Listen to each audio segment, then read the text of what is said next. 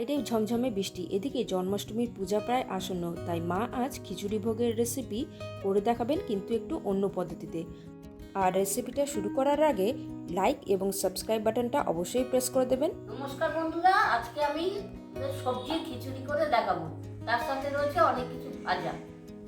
তার সাথে আছে শাক বাটা, বেগুন আর পটল আর শাক বাটা আর টমেটো আছে আর শাক আছে আর আছে বিন আছে সব দিয়ে ভাজা। আর বিন আছে। কি রান্না হবে কি রান্না হবে? আমি শাক বাটা ও কুমড়ো শাক বাটা থেকে আর বেরোতে পারছে না। এই যে এত শাক হয়ে গেল, এবার আমি রান্না করতে চাই। চলুন তবে রান্নাটা আমি শুরু করি। প্রথমে খিচুড়ির জন্য একটা ভাজা মশলা বানিয়ে নেব। এখানে নেওয়া হয়েছে জিরে, ধনে, শুকনো লঙ্কা এবং গোলমরিচ। হালকা ভাজা হয়ে গেলেই তুলে নেব। এরপর খিচুড়ির জন্য প্রথমে নিয়ে নেব মুগ ডাল। এখানে 100 গ্রামের মতো মুগ ডাল নেওয়া হয়েছে। এরপর দিয়ে দেবো 100 গ্রামের মতো অড়হর ডাল। অনবরত আপনাদের নাড়তে হবে যাতে ডালটা পুড়ে না যায়।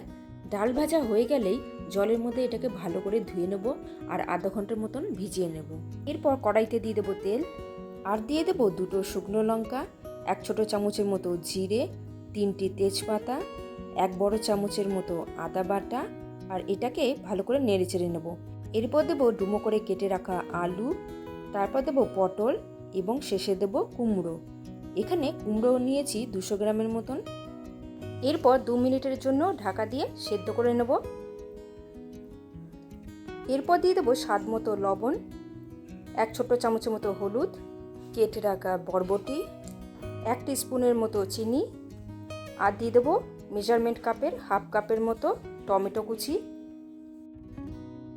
সবজিটা ভালো মতন করে ভাজাও হয়ে গেছে আর অর্ধেকটা সেদ্ধ হয়ে গেছে। এটাকে নামিয়ে নেব। এদিকে ডালটা সেদ্ধ করে নেব।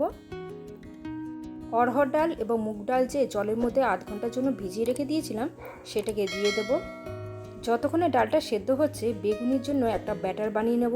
এখানে 2 বড় চামচের মতো বেসন নিয়েছি আর দিয়েছি হাফ টিস্পুনের মতো লবণ, হাফ টিস্পুনের মতো চিনি এবং হাফ টিস্পুনের মতো হলুদ, আর দিয়ে দেবো স্বাদের জন্য চিলি ফ্লেক্স, আর অল্প অল্প করে জল দিয়ে ভালো করে মেখে নেব।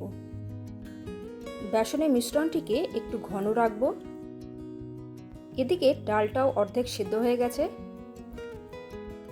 এরপর দিয়ে দেব চাল।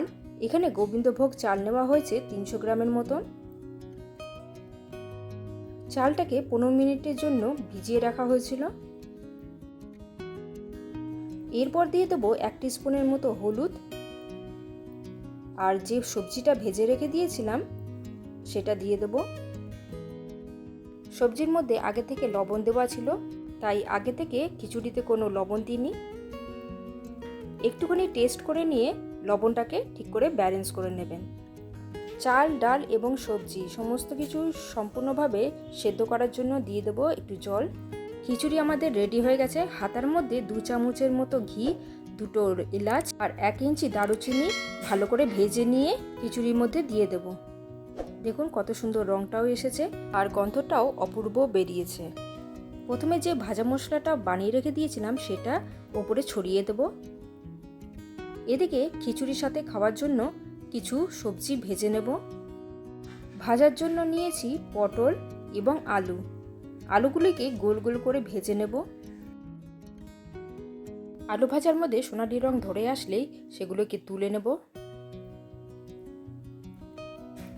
আর পটলটাও ভাজা হয়ে গেছে, সেটাকেও তুলে নেব। সবশেষে ভেজে নেব বেগুনি। বেগুনগুলোকে ব্যাটারির মধ্যে ডুবিয়ে নিয়ে মিডিয়াম টু লো আঁচের মধ্যে ভেজে নেব। দেখুন কত সুন্দর ফুলে উঠেছে। বেগুনির মধ্যে সোনালি রং ধরে আসলেই সেগুলোকে তুলে নেব। গরম গরম পরিবেশন করুন সবজি খিচুড়ি। আগে থেকে মা আলুর দম করে রেখে দিয়েছিলেন, সেটাকেও পরিবেশন করে দেব। আর তার সাথে দেবো 2টো বেগুনি, 2টো পটল ভাজা এবং 2টো আলু ভাজা। ওপর থেকে ছড়িয়ে দেবো কিছু নারকেল কুচি। আর হ্যাঁ, আমাদের রান্না যদি আপনাদের ভালো লাগে তবে ডলিস রেসিপি চ্যানেলটি সাবস্ক্রাইব করে নেবেন। আজকের মতো আসি তাহলে।